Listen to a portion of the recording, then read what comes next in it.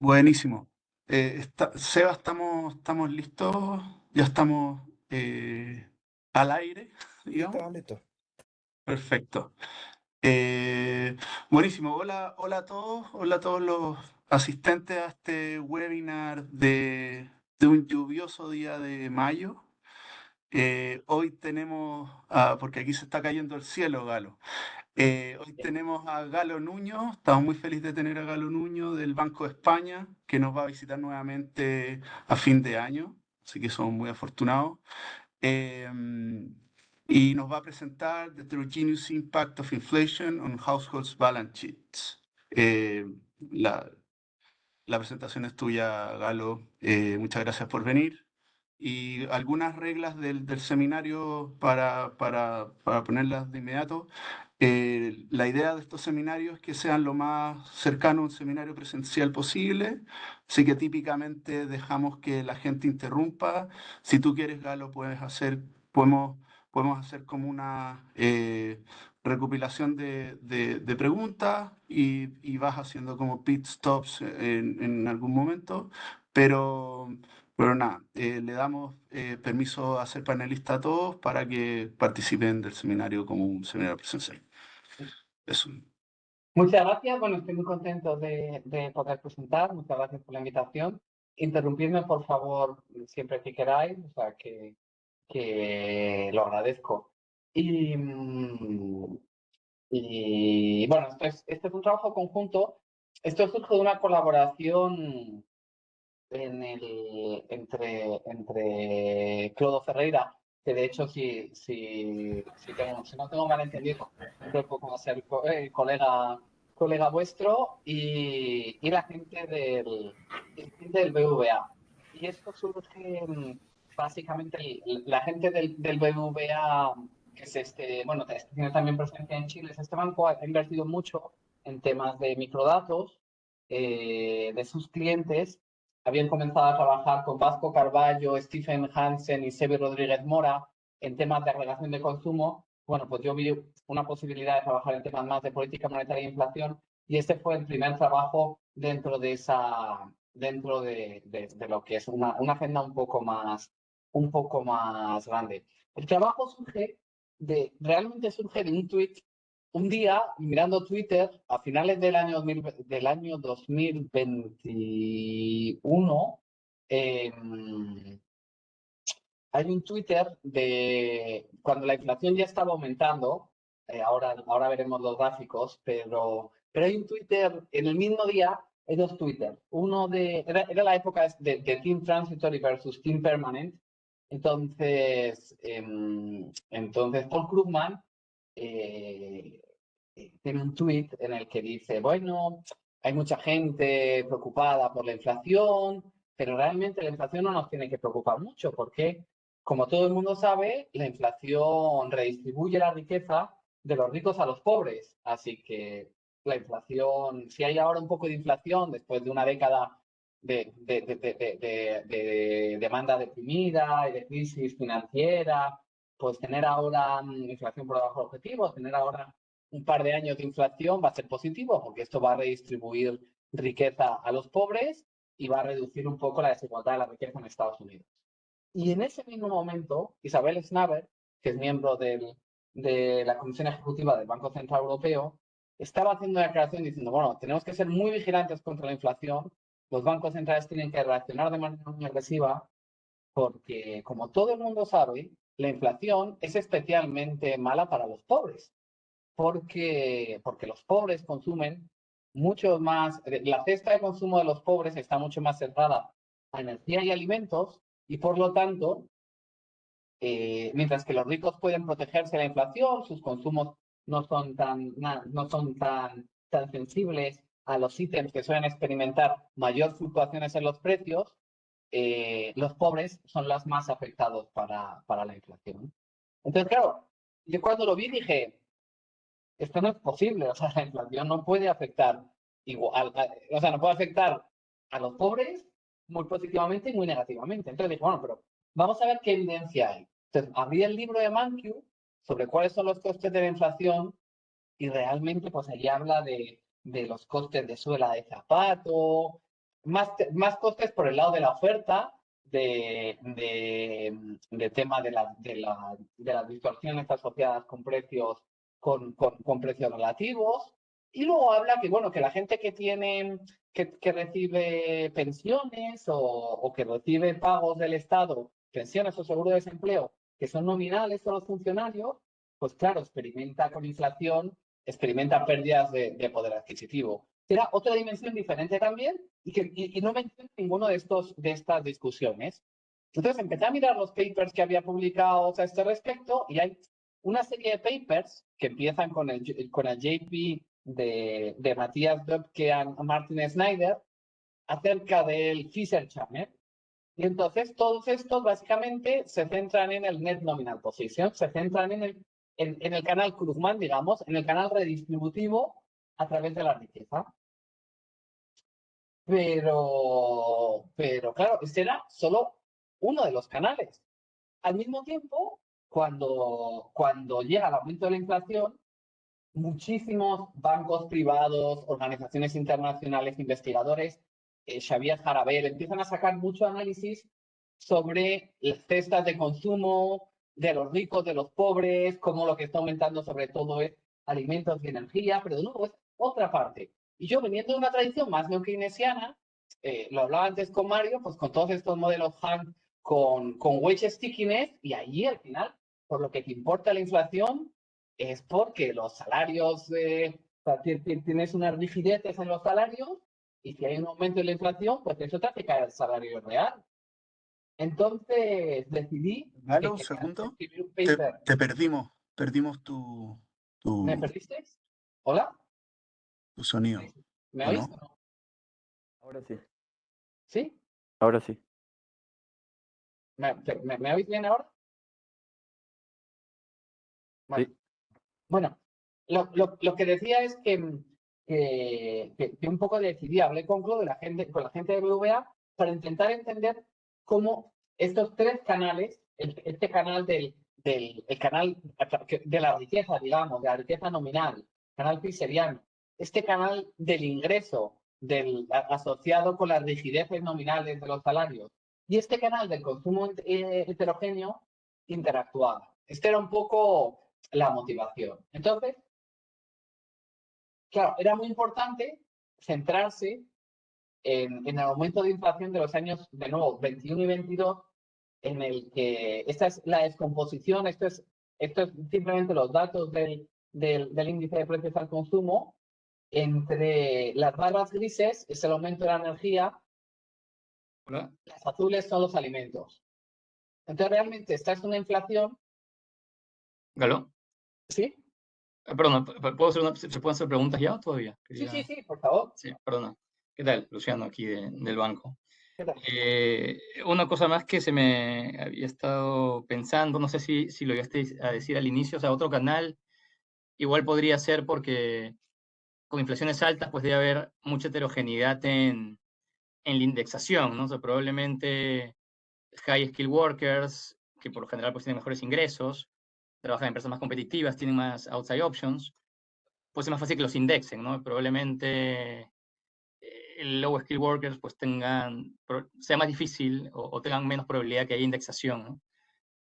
Eso también generaría, de hecho aumentaría un poco la desigualdad, ¿no? Tener otro canal Ese es un tema, el tema de la indexación. De hecho, yo no lo tengo tan claro que es, o sea, en España en general, y luego presentaré una slide acerca de ese caso, en España en general, y esto tiene que ver con los supuestos, básicamente el salario se negocia o el salario se actualiza a frecuencia anual, con lo cual hay una... Y básicamente, por el mecanismo del mercado laboral, la manera en la que se suele hacer no es a nivel empresa a empresa, sino que hay unos convenios sectoriales o a nivel o a nivel estado o a nivel estado me refiero a nivel el país entero o a nivel región.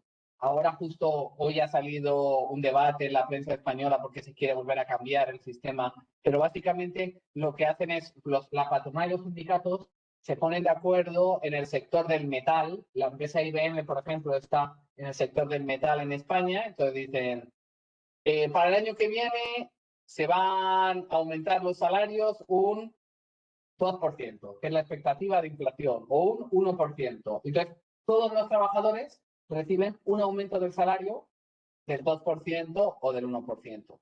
Dentro de eso, claro, hay gente en el trabajo a la que le suben el sueldo porque a Pepito le vamos a promocionar y le vamos a subir el sueldo un 3%.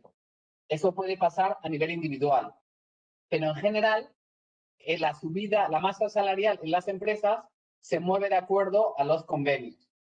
Uno no se puede, ahora con la reforma laboral hay cláusulas para descolgarse de un convenio, es decir, si en mi sector han decidido que van a subir los salarios un 2% y yo soy una empresa que tengo problemas, me puedo descolgar y no subir un 2%, pero es relativamente raro, con lo cual las subidas de sueldo en las empresas a nivel generalizado están ligadas a estos convenios que se firman de una manera prospectiva.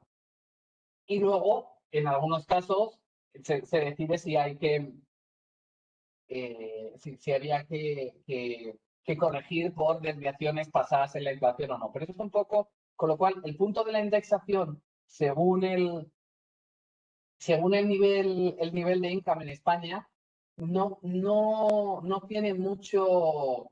Otra cosa es que diga a la gente de más ingreso se le intenta compensar a nivel individual dentro de una empresa, pero ya tiene que ser dentro de una empresa, persona a persona, que digan, esta persona es más valiosa y le voy a subir más a ella el sueldo que a otra. Eso sí, pero eso ya no entra tanto, es un poco ex post. Una excepción a esto son la gente que trabaja en empresas de trabajo temporal, que suele realizar trabajos de corta duración, diarios, semanales, y firma contratos ad hoc, y esa suele ser gente, jardineros, empacadores, transportadores, cosas así de baja cualificación, y que allí los trabajos pero vamos, dentro de lo que vamos a hablar, esto es una minoría. Pero bueno, luego hablamos un poco más porque esto tiene que ver también con los supuestos. Entonces, es importante porque uno de los elementos para el marco analítico que voy a discutir, que es muy importante, es entender que yo me voy a centrar simplemente en el año 2021. Uno dice, ¿por qué el año 2021? Si el año 2021 tiene esta inflación de aquí, no es el año de más inflación. El año de más inflación es el año 2022. El año 2022 es realmente cuando aquello estalla y la inflación llega en España a niveles superiores al 10%. ¿Por qué en el año 2021? Porque dentro de los supuestos analíticos, yo lo que voy a querer mirar es un shock inesperado de inflación percibido como temporal, aunque luego no haya sido temporal, pero que en su momento fuera percibido como temporal, por motivos que luego detallaré. Entonces, el año 2021 encaja muy bien en ese concepto. ¿Por qué? Estos son distintos indicadores de expectativa de inflación para el año 2021 y para el año 2022. Estos son los indicadores a finales del año 20, o sea, a principios del 21 y a mitad del propio año 21. Entonces, estos son encuestas como el Survey of Professional Forecasters, baterías de modelos como los que utiliza el BCE, encuestas a los hogares, instrumentos de mercado como los Inflation Linked Swaps. Es una muestra muy variada de distintos indicadores de expectativa de inflación. Aquí lo que se ve es que a principios del año 21, este es el valor que hubo. El valor de la inflación interanual en el año 2021 fue del 6.6, ¿vale? A finales del 2020, lo que se esperaba eran inflaciones del 0,6, del 1, y bueno, los hogares que siempre suelen esperar el 2. Pero es que en el mes de junio, a mediados, lo que se seguía esperando de la inflación a finales era el 1,7, 1,9, 1,8 y 2. Y la cifra final fue el 6,6. Entonces, y seguían esperando una inflación baja en el 2022. Entonces, esta esta es una inflación que fue muy sorpresiva y que la gente esperaba que fuera, y que la Perdón. gente esperaba que fuera temporal. ¿Por qué digo que la gente esperaba que fuera temporal? Porque no, puedo cogerme aquí las estimaciones del propio BCE por vintages. O sea, aquí lo que estoy mirando es, en cada momento del tiempo, cuáles son las proyecciones de inflación basadas en el BCE. Y aquí se ve cómo, este es el 2%. Aquí se ve sistemáticamente cómo las expectativas, la línea naranja, esta línea naranja de aquí es junio. Pero es que me voy aquí a finales ya del año, o septiembre, esta línea aquí es septiembre del 21, donde la inflación ya estaba en el 3 y la gente estaba esperando que cayera otra vez por debajo del, del ¿Galo? 2 hasta el 1,5. Pero ¿Galo? ya, ¿Te puedo sí, hacer una consulta? sí. ¿Qué tal, Luis González de Hola. acá del banco? Em, me- ne- en- Son dos cosas. Lo primero, tú dices el shock en 2021 em, y entonces ahí el tema de la energía me gustaría saber porque si vuelves dos láminas atrás, ajá, está dominado por el efecto de energía, entonces el 2021 me gustaría saber si es idiosincrático o qué es lo que está pasando ahí. O sea, el 2022 la historia la tenemos clara, es digamos lo de Rusia, Ucrania, que me parece un shock mucho más fuerte. Entonces, no sé si nos puedes dar o me puedes dar un poco más de contexto en torno a esto. Y igual me sorprende que estallada ya el tema de Ucrania, después no se actualicen esas expectativas hacia adelante. No sé cuál es la intuición. Gracias. Muchas gracias, sí. O sea, Ucrania sucede, digamos, aquí. Este es el punto de Ucrania, es esta línea verde, son las de marzo del 22, en las que todavía esto cae para abajo. No, yo no voy a centrarme en el 22, por eso hablaré un poco del 22, pero o sea, yo todo lo que voy a hacer es pre-Ucrania. Entonces, ¿qué hay detrás de la inflación en el 2021? Entonces, en el 2021, gran parte de la inflación o la narrativa de la inflación que había en este momento era, durante el COVID se había producido una caída tremenda de los precios de las materias primas. Y entonces, simplemente lo que se esperaba en estas previsiones era que parte de la inflación que se estaba observando era un efecto mecánico de base asociado con la caída de los precios de las materias primas que se habían producido en el año 20. Entonces, como en el año 20 el precio del petróleo había colapsado, pues lo que se decía era, bueno, ahora los precios del petróleo aumentaron mucho a lo largo del 21, entonces, bueno, esto pasa, esto del petróleo y del gas natural, esto va a pasar a la inflación y va a generar una inflación más alta. Lo que no se espera es que esa inflación fuera tan alta. Pero yo no quiero entrar en la persistencia, en por qué fue más persistente. Yo simplemente lo que quiero hacer el punto es que a lo largo de todo el año, incluso en diciembre, cuando la inflación era al 6,6, estas son las previsiones de diciembre y estaban esperando que a un año vista la inflación estuviera otra vez por debajo del 2,2. Es decir, que nadie esperaba una inflación permanente. Eso es importante. Luego, el objetivo de este trabajo no es discutir por qué la inflación fue permanente. El objetivo es, en el año 2021 se produjo una inflación que fue sorpresiva y se esperaba que fuera temporal. Entonces, dado esto, yo voy a abandonar la realidad y voy a hacer un experimento completamente mental, que es, me voy a centrar, es un ejercicio de equilibrio parcial. Entonces me voy a centrar en qué es lo que pasa cuando hay un shock a nivel de precios. O sea, un aumento no anticipado y one-off. Me voy a centrar en los hogares exclusivamente, no voy a hablar de las empresas, no voy a hablar de efectos de equilibrio general, que alguna vez presentando me han dicho no, pero claro, porque este aumento de los precios de la energía afecta a los dividendos de las empresas que luego esto pasa. Ese tema a mí me da igual. Basado en este trabajo que nosotros tenemos, ha habido ha habido tres trabajos, digamos, que han construido sobre este marco analítico.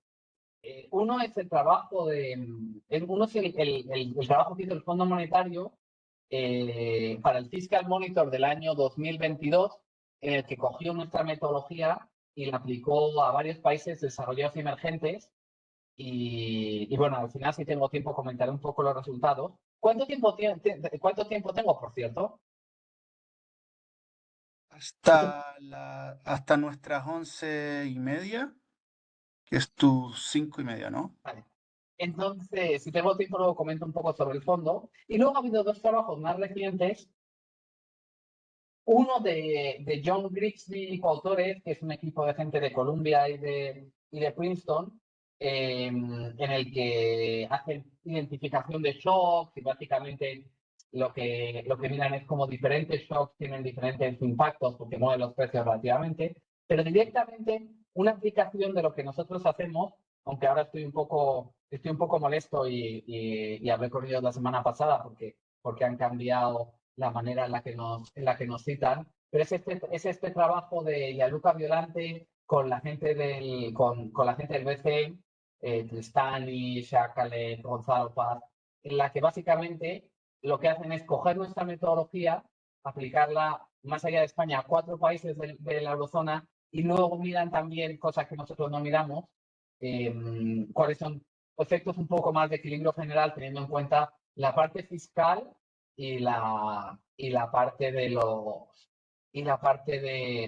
dividendos. Y encuentran que estos efectos son de segundo orden completamente comparado con estos 3 canales que voy a discutir hoy. O sea que básicamente esto es un poco el núcleo de la discusión son estos 3 canales. Entonces, básicamente, yo voy a estar en los 3 canales que hablaba al principio. El canal fiseriano, el canal de la redistribución nominal, el canal del efecto sobre los ingresos nominales que son sticky y el canal sobre las cestas de consumo que son heterogéneas entre hogares. Esto es lo que yo voy a intentar hacer en este experimento mental, ¿sí? Yo también tengo una pregunta, quizá dentro de la explicación que acabas de dar se responde mi pregunta, pero solo para aclarar, al final, claro, uno puede pensar en estos ejercicios como de equilibrio parcial, como que yo muevo los precios pero no las cantidades, y cómo van a lidiar ustedes con que al mismo tiempo se están moviendo ciertas cantidades, como, no sé, el empleo, la producción, hay sectoral reallocation que puede tener efectos sobre el tema, como sobre los tipos de inflaciones que hay, de energía, etcétera. ¿Van a tomar en cuenta eso o van a hacer un No, o ejercicio sea, donde...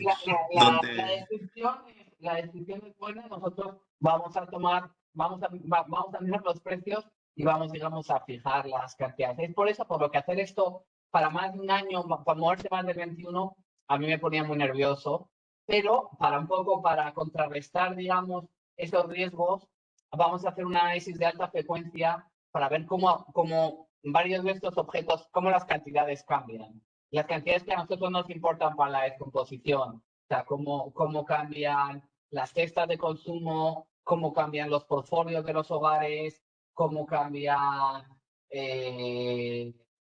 sobre el tema del empleo, cómo cambian los salarios. O sea, que vamos a intentar mirar cómo cambian estas cosas con datos de alta frecuencia y la conclusión es que dentro del año 2021 no hay cambio prácticamente. Ahora, si miramos del 21 al 23, estoy seguro de que el cambio ha sido tremendo.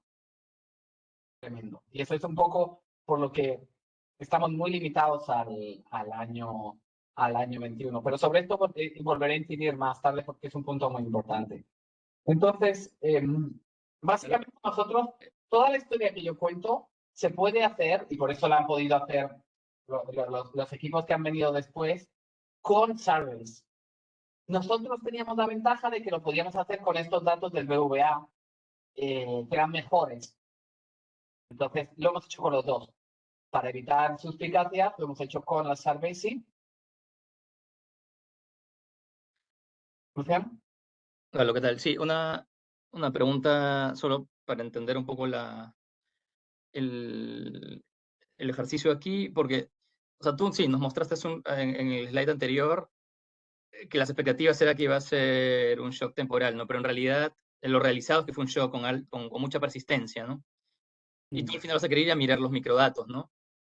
Que en realidad pues también responden a lo que se vio en los datos, ¿no? Que es que hubo persistencia, digamos, ¿no?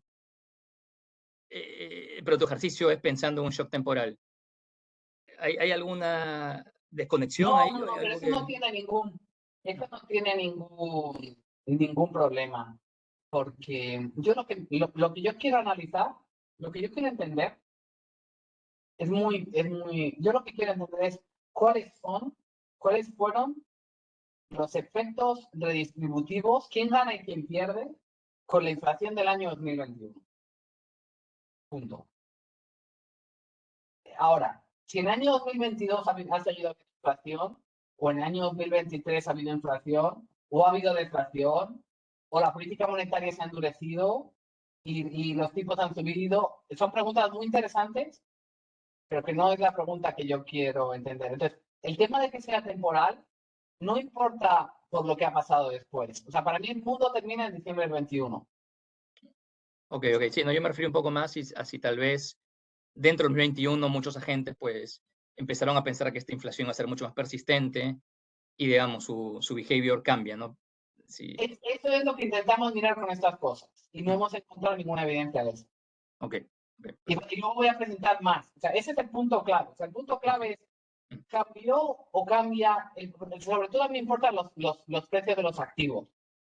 Los precios de los activos es clave, porque ese es el punto de, ¿reflejaron cambios en los precios de los activos sobre un aumento de la inflación? Pero la respuesta aparentemente es no. O sea, no solo es ya el comportamiento de la gente, sino qué pasaba con los precios de los activos, qué pasaba con la curva de tipos, qué pasaba, porque todo eso tiene consecuencias importantes con los tipos de interés. Pero no, en el año 2021 no hubo ningún cambio. Pero bueno, sobre esto, vamos a ver primero el marco analítico y luego entramos en esas discusiones. El marco analítico es muy sencillo. O sea, básicamente yo lo que intenté hacer es extender el modelo de Oclair en su Job Market Paper, pues él mira los efectos de un one-off change in inflation sobre distintos canales. Pero Oclair, básicamente, lo que mira es un efecto de la política monetaria, de un cambio de política monetaria, entonces tiene los distintos canales de política monetaria, pero justo abstrae de los tres canales que a mí me interesan. Básicamente, del canal ciseriano, yo creo que tiene un poquito, es el único que tiene el canal ciseriano, pero no tiene este canal de las rigideces de salarios, ni tiene el canal del consumo heterogéneo, con lo cual, de alguna manera tenía que reconstruir lo que él había hecho, pero con un lenguaje diferente para responder a esta pregunta. Entonces, básicamente, esto va a ser un análisis en dos periodos, en un periodo T y un periodo T más 1. Entonces, yo lo que voy a intentar entender es cuál es el efecto sobre la riqueza nominal, es decir, la riqueza nominal es la riqueza real. Yo lo que quiero entender es, a precios del 2020, ¿cómo está una persona a diciembre del 2021? Esta es mi pregunta. Entonces, yo lo que tengo es aquí PDT, ADT, esto es ADT, esto es la riqueza real, esta es la riqueza nominal, con lo cual todo esto es la riqueza nominal en el periodo T más 1, o sea, a finales del 2021, a principios del 2022, y esto se puede descomponer en distintos componentes. El cash, que yo he guardado, que yo he mantenido el stock de cash, que yo tengo al final del periodo, digamos, más los activos nominales, llamemos de depósitos y bonos. Entonces, estos depósitos y bonos, según si son depósitos o bonos, según si son depósitos O bonos, si son depósitos, me pagan un tipo de interés nominal, y si son bonos, me pagan un cupón y tengo también unas ganancias de capital por si en el caso de que haya habido cambios en el precio de los bonos de un periodo al siguiente. Y luego yo tengo también activos reales.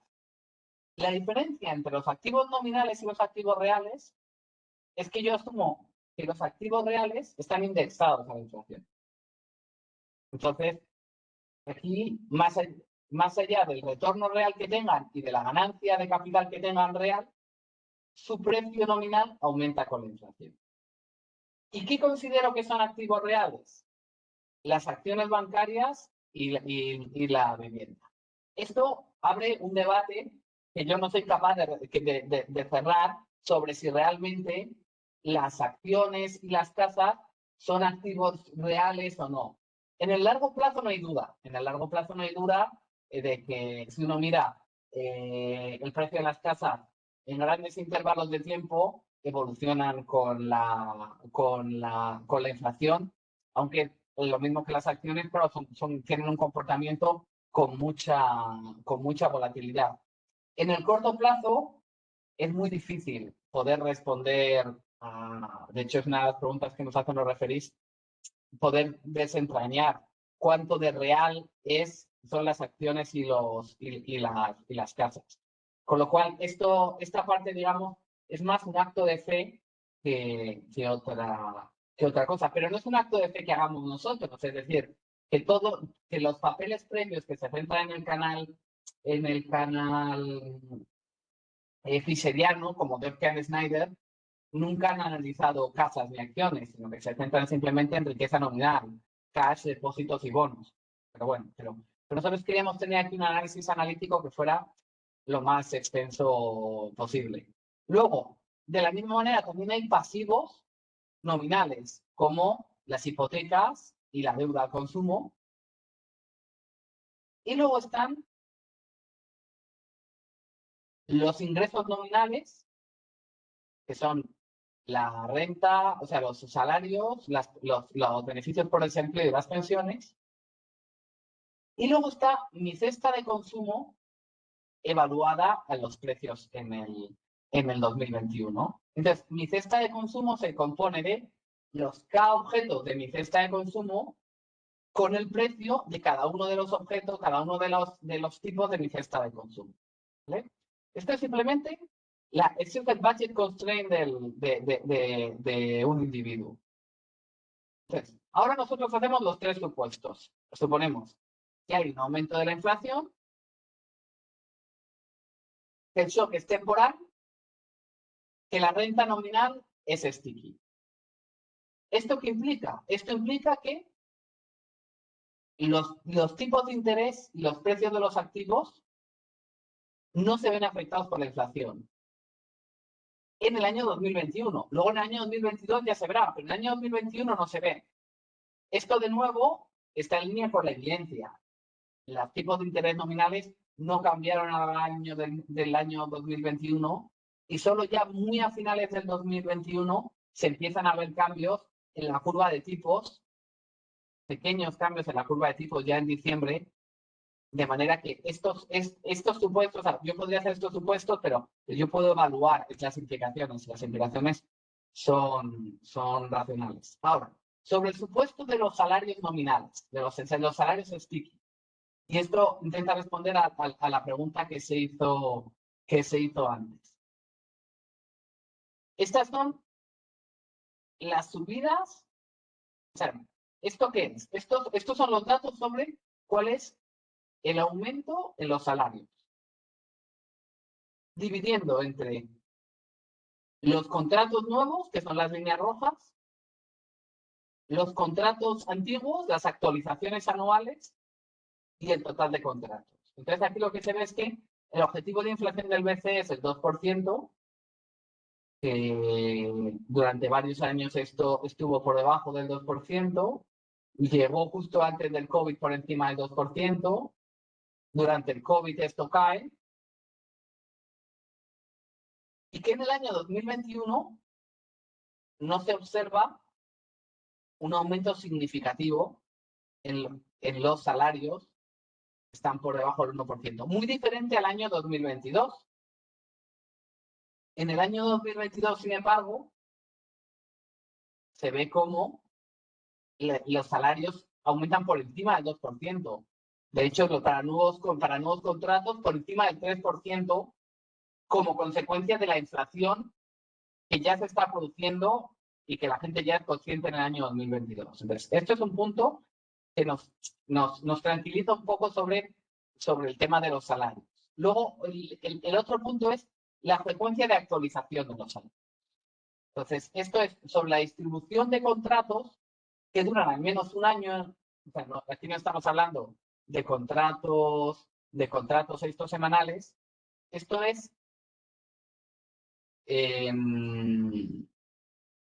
esto es la proporción. Estos son los contratos que cambian entre el 0,5 y el 5%, o entre el 0,5 y el 10%, que sube el contrato. ¿Cuál es la periodicidad de estos contratos? Y se ve que esta periodicidad es anual o bianual. Es decir, que el grueso, más del el 90% de los contratos en España se revisan anual o bianualmente. Eso quiere decir que los contratos, la gente, o no se le revisa el contrato en el 2021, o se le revisa una vez, bien porque sea un nuevo contrato, bien porque sea un contrato de revisión anual. Con lo cual, los salarios en España son relativamente sticky, por lo menos en este margen. Aquí de alguna manera estamos viendo los dos márgenes.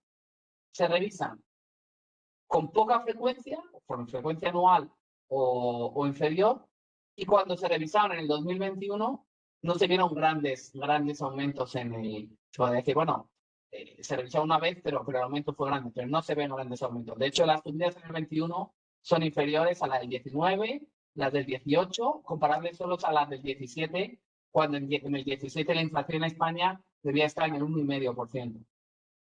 Entonces, bajo estos supuestos, es posible reflejar el cambio en la riqueza real, es decir, la riqueza del 2021 en precios del 2020, en tres canales. Un canal piseriano, en el que básicamente el impacto de la inflación sobre la riqueza es proporcional al net nominal position, donde el net nominal position simplemente refleja la riqueza neta nominal, el cash más los activos nominales menos las deudas nominales. Un canal relacionado con el ingreso nominal, que aquí estamos suponiendo que es fully sticky en un intervalo de un año. Y un canal, estos dos canales son relativamente estándar.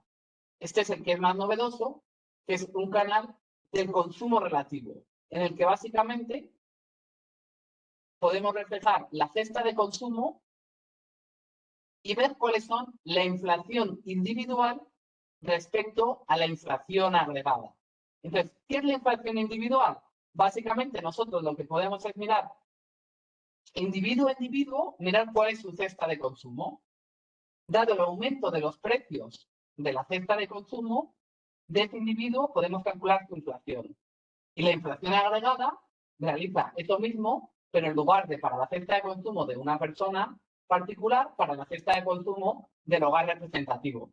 Entonces, según si mi inflación es más alta o más baja que la agregada, este canal va a ser positivo o negativo. Un comentario importante sobre esta descomposición es que básicamente este canal de net nominal position, el net nominal position puede ser positivo o negativo. Si uno es un ahorrador neto, por ejemplo, un señor mayor que tiene toda su riqueza en depósitos, el net nominal position es negativo.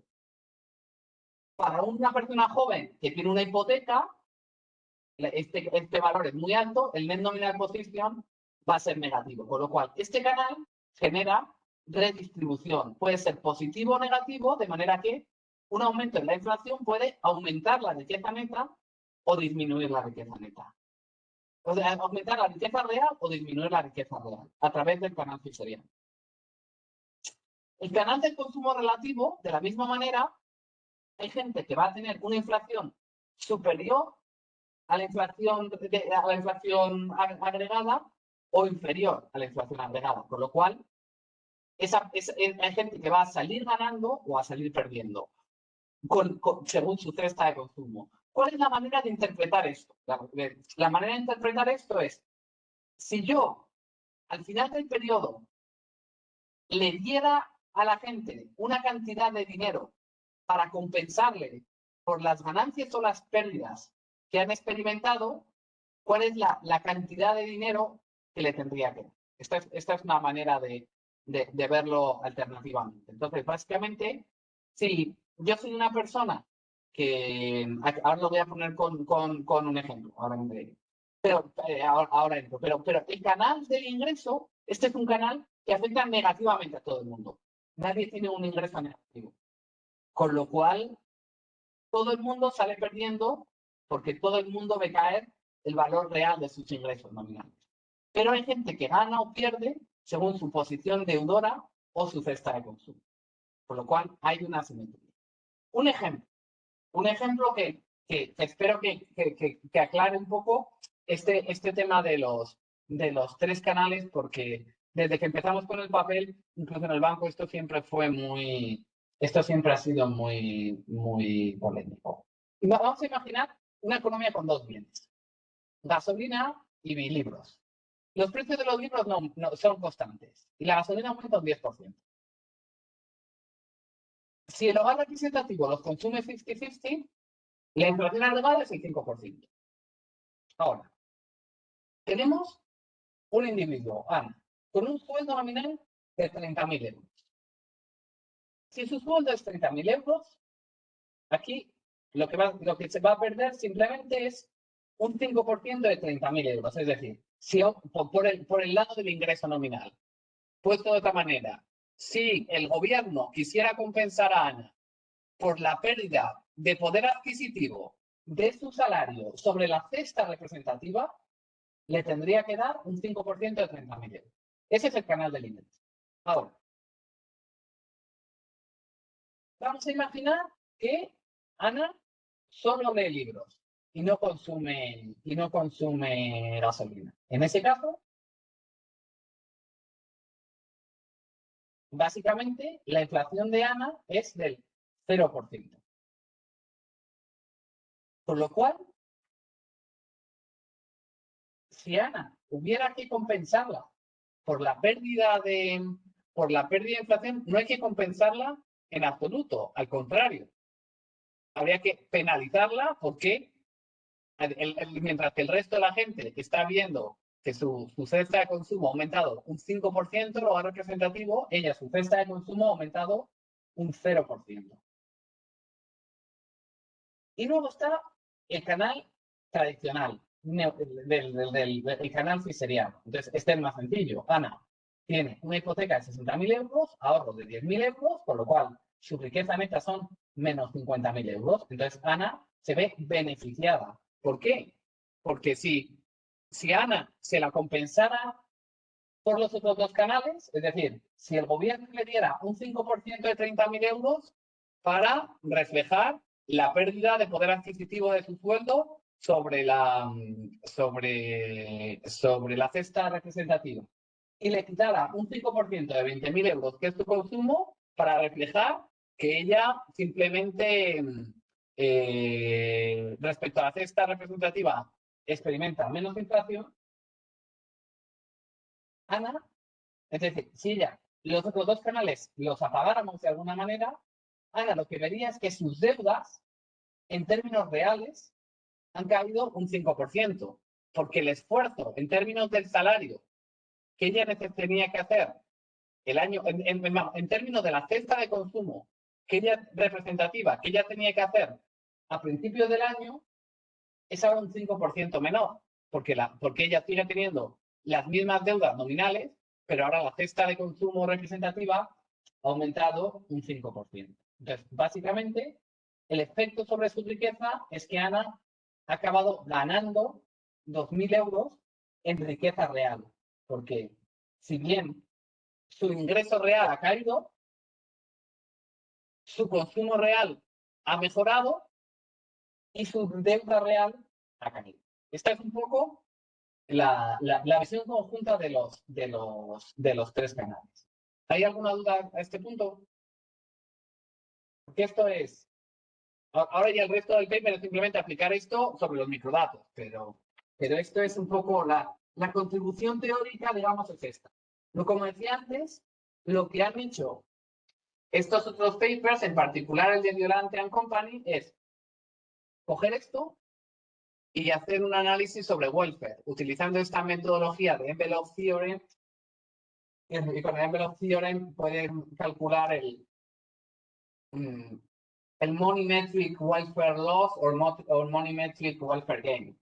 Nosotros nunca quisimos hacer nada de welfare porque nunca quisimos entrar en ningún tipo de supuesto paramétrico ni nada equivalente. Nosotros simplemente queríamos hacer un ejercicio puro de contabilidad real para explicar si la gente gana o pierde simplemente ese año con la inflación. De nuevo, volviendo a las preguntas que había antes, esto no quiere decir que luego al año siguiente haya habido más inflación o menos inflación. Que los precios de los activos luego puedan haber cambiado generando otros efectos redistributivos. Que la política monetaria haya reaccionado generando otros efectos redistributivos. Que la política fiscal haya reaccionado con transferencias o con impuestos generando otros efectos redistributivos. Es decir, la economía está llena de efectos redistributivos, pero nosotros lo único que queríamos entender es los efectos redistributivos puros de un aumento temporal del precio y centrarnos en ese. Entonces, la estimación, como decía, nosotros hacemos la estimación con dos bases de datos diferentes para ver si los resultados cambian. Primero, y tienen pros y cons ambas bases de datos. Primero tenemos la de BBVA. La ventaja de BBVA es que BBVA nosotros tenemos a los clientes identificados, con lo cual nosotros sabemos del cliente cuál es su riqueza nominal con BBVA, cuáles son sus deudas nominales, tenemos su ahorro, sus hipotecas, sus créditos a consumo y tenemos su consumo, porque si uno piensa de dónde viene el consumo que uno tiene, los alquileres los paga por banco, las suscripciones, el pago de los utilities, la cuenta de Netflix, de Amazon Prime, la luz, el agua, se hace por banco. Y el pago de crédito y débito se hace por banco. Y de hecho, gracias a esto, uno sabe en dónde uno está comprando y puede hacer una imputación en todas estas cosas sobre el tipo de bien que se está comprando con la tarjeta de crédito. Con lo cual, lo único que nosotros no tenemos es la parte que es relativamente pequeña en España de pagos al consumo que se realizan con cash. Nosotros sabemos cuando la gente saca dinero del cajero, del ATM, pero no sabemos en qué se gasta ese dinero, porque eso es lo único que no deja rastro. Pero hay distintas imputaciones basadas en los surveys sobre cómo se gasta eso. Nosotros también tenemos los ingresos de la gente. Las pensiones se pagan por banco, los subsidios de desempleo, los impuestos. Ahora, un problema que hay con los datos bancarios es que no representan al universo, representan a los clientes. Entonces, para eso hacemos dos cosas. La primera es intentamos identificar los clientes que creemos que tienen todas sus operaciones o la mayor parte de sus operaciones con BBVA. Entonces nos centramos en clientes que tengan sus ingresos con BBVA, que han sido clientes con BBVA de más de un año y que por lo menos realicen 10 transacciones por trimestre con las tarjetas de crédito.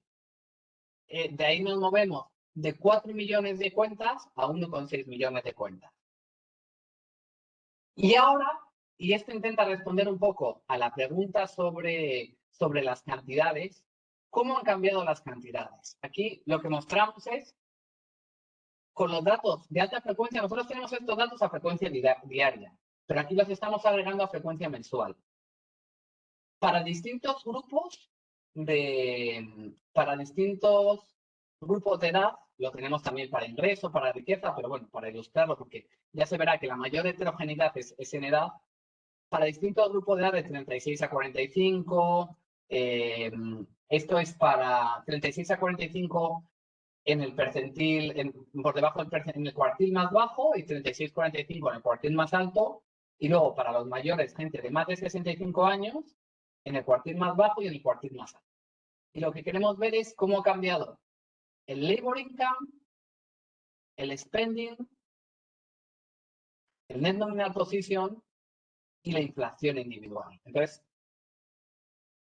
lo que se ve es que realmente, pese al gran episodio inflacionista, de nuevo, nosotros nos centramos solo en 2021, pero bueno, pues nos interesaba ver cuánto había en 2022. No se ven grandes cambios. Podría haber sido el caso que, ante la inflación, el labor income hubiera aumentado mucho, consecuencia de la inflación. O que el net nominal position, que era nuestra preocupación, que lo que te diría la teoría es que si hay inflación, pues la gente rebalancea sus carteras de activos nominales a activos reales, porque no quieres estar expuesto a la inflación y entonces mueves tu cartera a activos reales, pero no se ha visto nada de esto. Nosotros no observamos ningún cambio significativo entre el 21 y el 22 a nivel de las variables. Lo único en lo que sí hay mucho, y esto es importante, es en la inflación, en la inflación individual. Respecto a la media, aquí hay mucha más dispersión. Eso hace que uno de los resultados, ya lo anticipo, que nosotros vamos a encontrar en el 2021 es que este canal del consumo heterogéneo es mucho más pequeño que los otros canales, pero en el 2022 este canal se ve amplificado. Aún así, de nuevo, el análisis de Violante y compañía, que se extiende también al 2022, porque no tienen en cuenta estos problemas que nosotros estamos mencionando, concluye algo semejante, o sea, que el canal es de segundo orden. Entonces, aquí ya presento los principales resultados en... Gano, ¿Sí? tengo una pregunta. Mario González de... Hola, bueno. No te oigo. No. No sé por qué. No sé si el resto lo podéis oír. No, No, no te oímos. no, tampoco.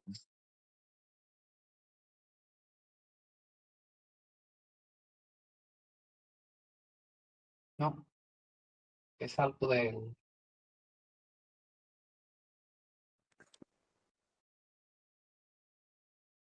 No te oímos.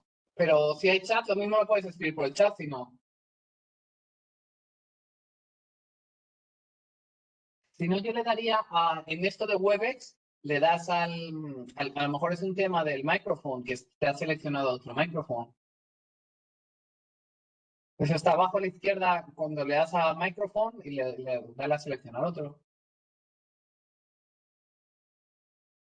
Si no, por el chat. Yo creo que no puede ver el chat, pero si alguien me lo puede leer, pues lo agradezco. El chat, sí, sí puedo ver el chat. Ya lo tengo aquí el chat.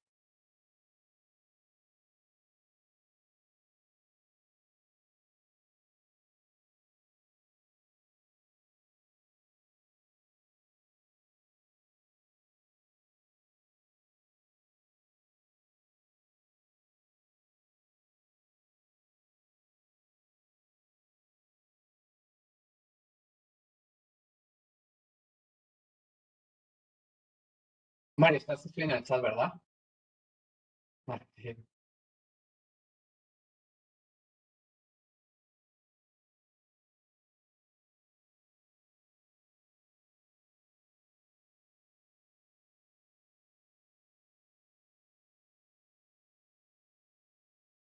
A ver. Dice, quiero preguntar si dentro del análisis de ingresos versus gastos, los ahorrantes tuvieron saldos suficientes para generar los ahorrantes, para generar ahorros y poder mover sus activos. No lo sé, esto no lo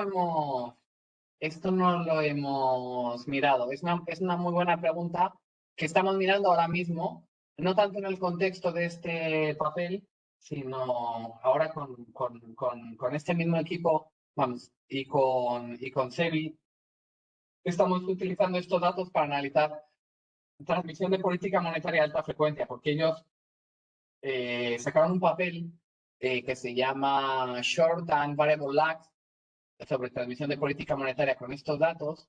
A mí siempre en el que encuentran que la política monetaria se transmite a pocos días, pero no explican cómo. Entonces, yo siempre tuve esa sensación de que podía ser a través de las hipotecas, que sabéis que en España hay muchas de las hipotecas son a tipo variable, y entonces estamos mirando esta transmisión de la política monetaria a alta frecuencia, y una de las preguntas es esa, es ver si hay constante smoothing, que parece que lo hay bastante, pues esto tiene que ver con esto. Pero en el contexto del año 2021, esto no lo hemos, no hemos mirado si la gente, quién, o sea, me imagino que dentro de los ahorrantes, naturalmente, pues, o sea, al ser heterogéneos, habrá muchos.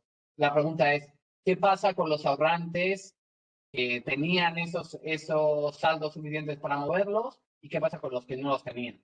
O sea, ¿qué pasa un poco con los hand to mouth, los wealthy hand to mouth y los hogares digamos, ricardianos? Pero no lo hemos mirado. ¿Vale?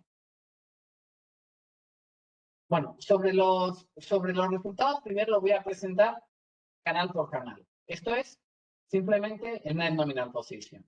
Entonces, aquí lo que muestro es, para los 4 cuartiles, todo el rato me voy a centrar en estos 2 grupos porque es más fácil. En el paper no tenemos todo, pero es más sencillo. La gente de más de 65, la gente de 36 a 45. Entonces, aquí lo que se ve es que la gente de más de 65 años son ahorradores netos. Este es su net nominal position. Mientras que la gente de joven son deudores netos. Con lo cual, esta gente va a salir perdiendo, esta gente va a salir ganando. Ahora, respecto al income, bueno, pues, ¿cuánto? Dado que esto es la distribución, son cuartiles de income, pues, cuanto más alto estés en el cuartil, más income tienes, esto está autológico, y luego el income va subiendo por franja de edad, y luego ya los jubilados, que son estos, pues caen un poco. Esto quiere decir que todo el mundo va a perder. Por supuesto, cuanto más income tienes, más vas a perder en términos absolutos, en términos relativos, todo el mundo va a perder igual. Y luego, esto es el canal del Relative Consumption.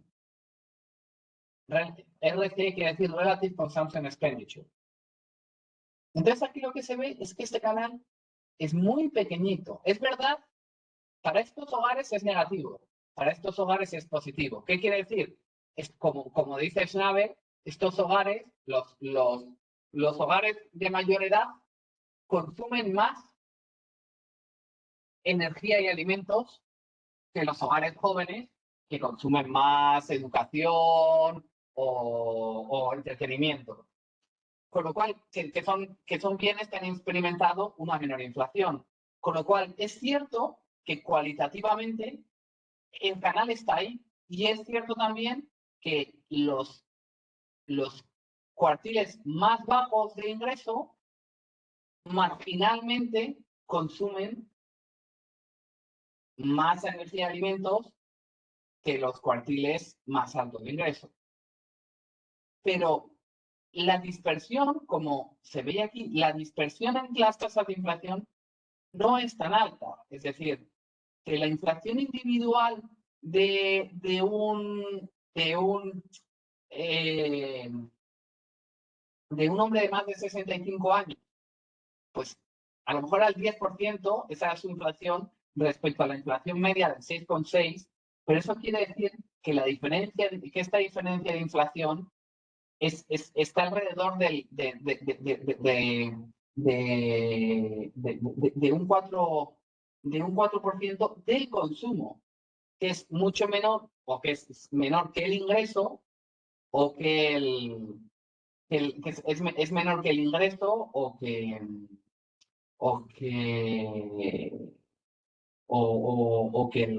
la riqueza. Con lo cual, este canal, por su propia naturaleza, va a ser siempre de segundo orden. Necesitarías tener unas dispersiones en las cestas de consumo radicales, como en este ejemplito que puse aquí. En este ejemplito, el canal era de primer orden. porque la desviación respecto a la cesta representativa era completamente radical. La cesta representativa consumía 50-50 de libros versus gasolina y esta mujer consumía 0 gasolina. Pero en la realidad, las desviaciones en las cestas respecto a la cesta representativa no son tan significativas. Son significativas, pero no tan significativas como para hacer este efecto de primer orden. Es un efecto de segundo orden. Esto para nosotros fue una sorpresa, con lo cual aquí se puede ver. O sea, esto es un gráfico muy feo, pero aquí se puede ver. Estas son las tasas de inflación individual promedio por grupos de edad y cuartiles. Entonces, en efecto, los pobres viejos, si se me permite decirlo, porque la palabra viejo ahora tiene como unas connotaciones negativas, tienen una inflación del 8% versus una media del 6,6%. Y los jóvenes, es decir, y los jóvenes, pues en lugar del 6,6 tienen los ricos jóvenes, pues tienen un 5,5. Pero claro, de nuevo, volviendo a la fórmula analítica, esto va a ser un ratio entre 0,08 entre 0,066 menos 1 multiplicado por el consumo. Esto es completamente de segundo orden comparado con el ingreso. Entonces, voy a presentar primero los resultados. Estos son los resultados individuales. Esto es lo que acabo de presentar.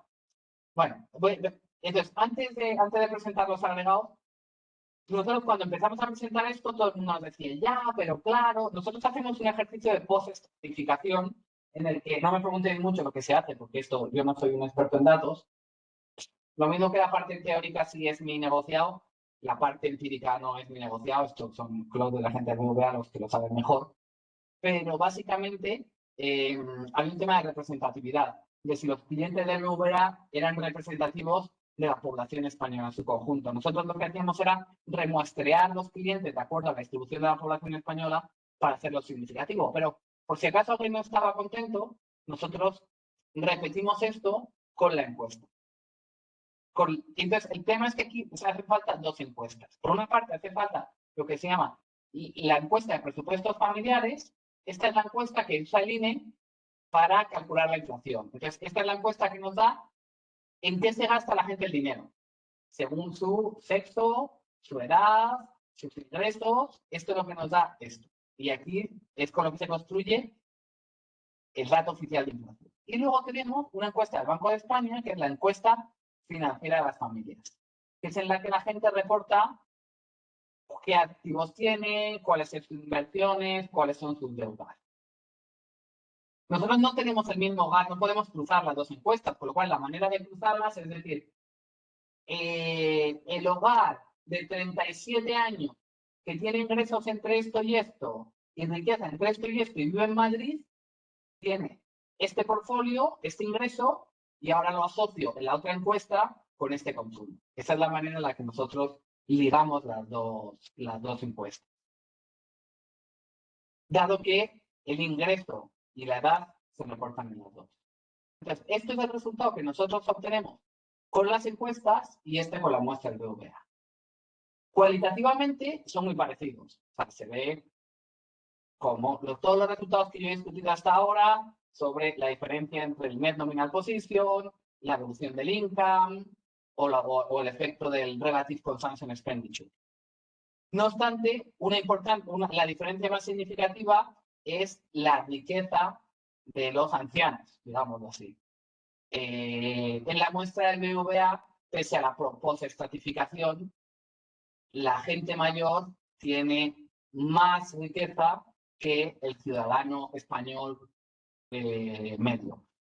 Porque pero vamos, pero que esa es la única diferencia. Pero aún así, cuando yo lo agrego todo y miro el efecto total, la diferencia entre los datos del BVA y de las encuestas no es tan significativa.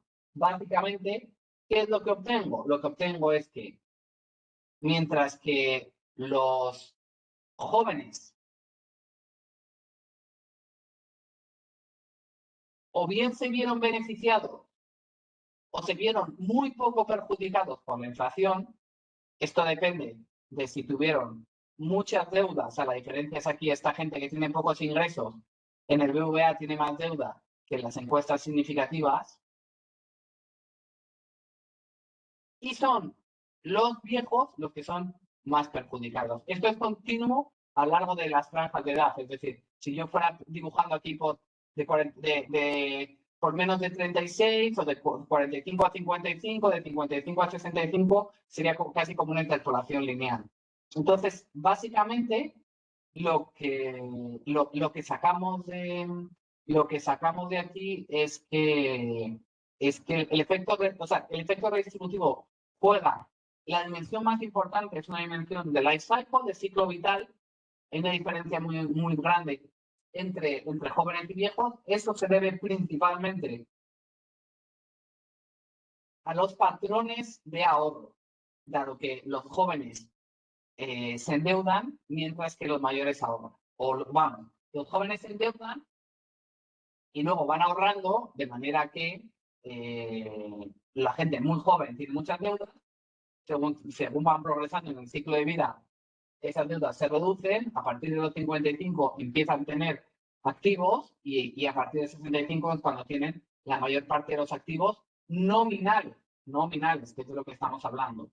Con lo cual, la gente mayor, que es la más expuesta por tener más activos nominales, son los más perjudicados, mientras que los jóvenes, que son los que tienen más deudas nominales, hipotecas, son los más beneficiados.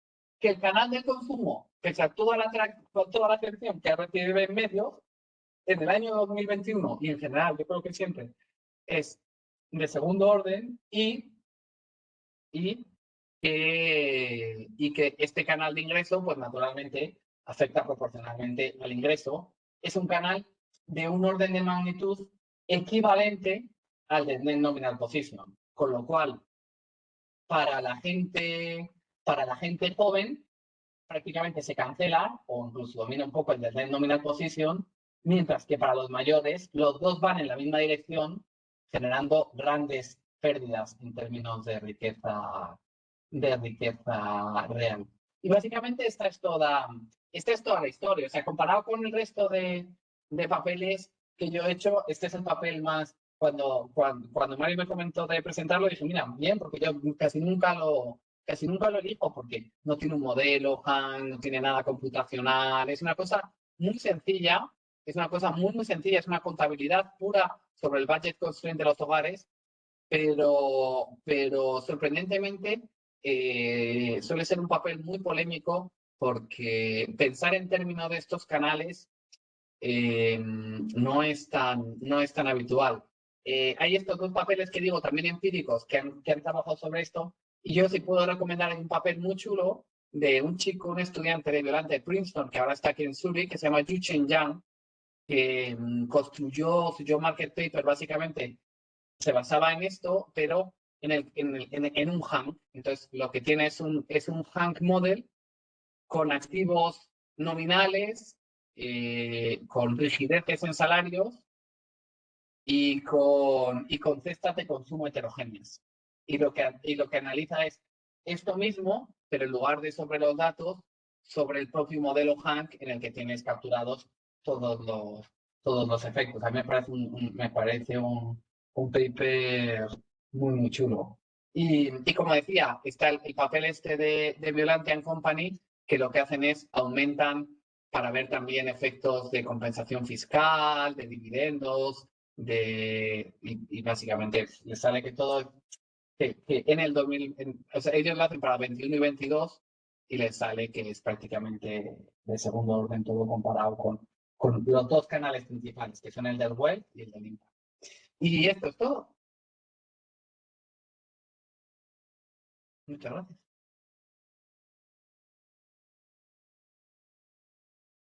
¿Aló? Ahí te escuchamos. Ya, bueno. Ya. Mario tuvo un tema, así que el otro Mario, el de menor pelaje, va a tomar un poco la rienda. ¿Alguien más tiene alguna pregunta al respecto? Yo tal vez, Mario, Dale, Luis. gracias. Galo, muchas gracias. Muy interesante además el ejercicio con la EP, las dos encuestas junto con contrastando con el BBVA, me parece muy atinado. Em, Quería saber, cuando estamos hablando, digamos, de esta diferenciación y en tu ejemplo ponías, por ejemplo, lo de la gasolina, pero en términos de energía también en la pandemia 2021 y creo que recientemente también se han ido aprobando una serie de medidas como bonos de energía eléctrica y demás. Em, entonces, no sé si como que ensucia un poco la distribución que tienes o en la EPF tienes la posibilidad de limpiar em, como estas transferencias que han ido recibiendo los hogares. Es una pregunta, muy pertinente, porque un poco, de nuevo, resalta el objetivo del ejercicio. En efecto, durante la pandemia, tanto durante la pandemia como post pandemia, con el aumento del precio de la energía, en España y en muchos países se llevaron a cabo todo tipo de transferencias por las que se dieron bonos a la gente. Hasta en mi familia nosotros tenemos, por tener 3 hijos, tenemos un bono energético. Algunos se daban en función de hijos, otros se daban en función de edad, otros se daban en función de ingresos, algunos se eran combinaciones.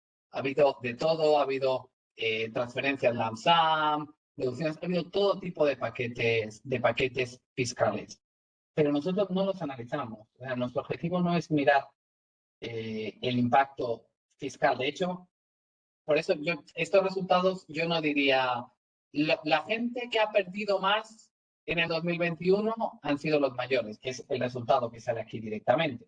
No, esto quiere decir, la gente que ha perdido más por la inflación han sido los mayores. Ahora, si yo sobre esto ahora empezara a meter los paquetes fiscales, las pensiones que se actualizaron con la inflación del año anterior, probablemente esta foto se diera completamente la vuelta y los mayores serían los ganadores de toda la situación. Pero hacer el análisis conjunto es mucho más complicado y nunca fue nuestro objetivo. Nuestro objetivo era ir un paso más sobre el puro canal fiseriano, era decir, ojo, el canal fiseriano por el que hay estos papers de Dovkan Snyder, de Adam Ansou, de Seserme, había como 4 o 5 papers del canal fiseriano. Esto es solo una parte de la historia. Y hay que mirar la historia en su conjunto. Pero esto siempre es la historia de cómo afecta la inflación. Y de hecho es la inflación sorpresiva y temporal, porque de nuevo, la inflación persistente pone en marcha una nueva serie de mecanismos que nosotros no miramos. Hay efectos de redistribución a través de los cambios en los precios de los activos. Hay efectos de redistribución una vez actúa la política monetaria, entonces entra Ocler y tenemos los efectos redistributivos de transmisión de la política monetaria. Entonces aquí ya importa cómo se mueven los tipos de interés nominales, cuál es la exposición a los tipos de interés de los distintos agentes en la economía. Y luego ya la pregunta que es todavía más complicada, que es, bueno, pero es que además, si aparte de la inflación, activar precios de activos, activar política monetaria, hay decisiones de política fiscal. Algunas de estas decisiones de política fiscal son estabilizadores automáticos o mecánicas. Por ejemplo, si a la gente le suben si sube el nivel de vida, si suben los precios y luego se corrigen los salarios, normalmente el sistema impositivo no cambia, con lo cual hay estos problemas de regresión en la que aumenta la regresividad del sistema fiscal porque los tramos del impuesto de lo que se llama el IRPF en España, el impuesto de renta de las personas físicas, la misma persona que sigue ganando el mismo salario en términos nominales, en términos reales, ha aumentado su salario en términos reales y sube un escalón de impuestos. O sea, hay toda una plétora de distintos efectos redistributivos que nosotros no analizamos. Entonces, nuestro enfoque es muy centrado en estos canales. No entramos en todos los otros canales que ha habido, porque es que cada nueva cosa tiene implicaciones. Ha habido gente en el banco que tuvo que mirar de cada una de estas ayudas cuáles eran el impacto, y claro, cada ayuda tiene un impacto diferente. Y eso en equilibrio parcial. Si uno encima intenta mirar esto en equilibrio general y dice, bueno, pero es que este paquete, este aumento de este rescate que se está metiendo, este paquete fiscal, está aumentando la deuda, y luego esa deuda alguien va a tener que pagarla en el futuro, o simplemente, aunque no ya alguien va a tener que pagarla en el futuro, ese aumento de la deuda está aumentando el tipo de interés real, y esto de hecho tiene efectos redistributivos para la gente. O sea, si uno abre el melón, es una cosa muy complicada. Por eso el enfoque es un enfoque es un enfoque muy limitado. No, sí, excelente, Galo. Y solo la última follow-up. Los datos cuando trabajas con los datos del BBVA, eso es prácticamente en línea. O sea, de lo que está pasando dura hasta junio del 2021, ¿verdad? Sí, los datos del BVA, con los Ajá. datos del BVA nosotros podemos tenerlos hasta hace 2 meses. O sea, eso es prácticamente en línea, donde esos datos, básicamente cómo funciona aquí, cómo funciona con ellos, es Ajá. que ellos tienen sus datos de cliente. Entonces, estos están, el volumen de datos es brutal. Entonces, ellos lo que tienen son Claro. los data scientists, tienen que hacer una query sobre sus bases de datos y con eso se descargan las dimensiones particulares que se necesitan para el análisis. Pero Ajá. estas cosas, claro, estos están en frecuencia diaria Claro. o infradiaria. Es decir, las transacciones de tarjeta de crédito las tienes por hora, por minuto. Claro. O sea, Es sabes que que ese señor ahí ha va. aumentado. Ajá. Ahí va mi pregunta. Eso es, o sea, fenomenal. Pero en el caso de las encuestas, a no ser que no sea de otra manera, pero me da la impresión de que con el que haces el ejercicio para 2021 es con información previa, ¿verdad? O sea, la EPF, ¿cuándo la recolectas? Claro, entonces la EPF, a ver si lo tenemos puesto, que no me acuerdo, no me acuerdo cuál es el vintage, Ujú. no me acuerdo cuál es este vintage, pero la EPF se hace creo, no me acuerdo si es cada 2 años, creo que Ah, es, mira, en Chile es cada 5, claro. Ok. espera, la EPF, no, pero a ver, cuesta no, espera, que te lo confirmo. Muchas gracias, Galo. Está la del 2022. Dice, sí, encuesta financiera de las familias 2022, método de resultados y cambio de 2020. Ok. Desde la última vez, eso es. La encuesta se realiza, cada 2 años. La EFF se realiza cada 2 años. Ah, Buenísimo. no, dice, la encuesta es una encuesta que el Banco de España viene elaborando cada 3 años con el objetivo de proporcionar la relevancia, ha pasado a elaborarse cada 2 años. O sea, tradicionalmente se elaboraba cada 3, pero ahora se elabora cada 2. Ok, claro, ahí hay un rezago que para el ejercicio creo que te puede ayudar porque un poco limpia lo que hablábamos antes, ¿no? Eh, o sea, no tienes el consumo rezagado y no necesariamente de los bonos y demás que estábamos viendo. Pero gracias por los detalles, ahora No, entiendo claro, mejor. en efecto, o sea, esta la tenemos cada 2, la de presupuestos familiares, esta la hace el INE y esta la tiene que hacer todos los años porque la necesita para construir la cesta para la inflación. O sea, todos los años hace la encuesta, la saca y te saca la nueva cesta de consumo. De hecho, Aquí, no, en esta versión de las slides no lo tengo, pero porque es la corta, pero en la larga se puede ver los ítems, los distintos ítems.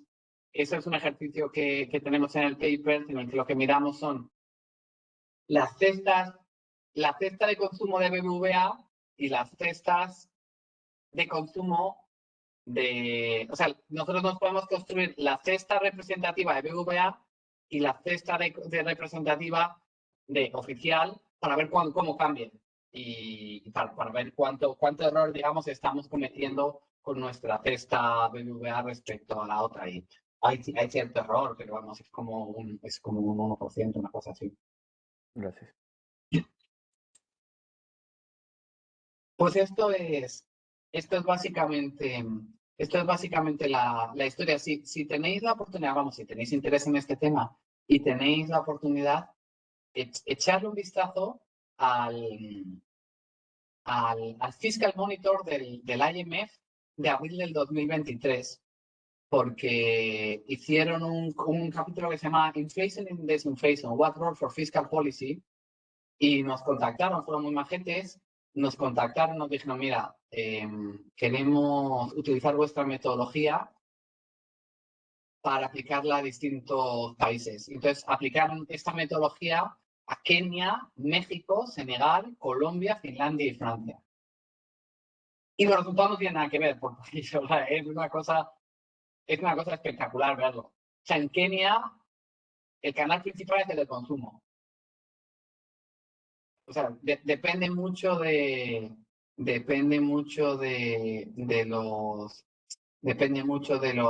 los países, cómo se mueven.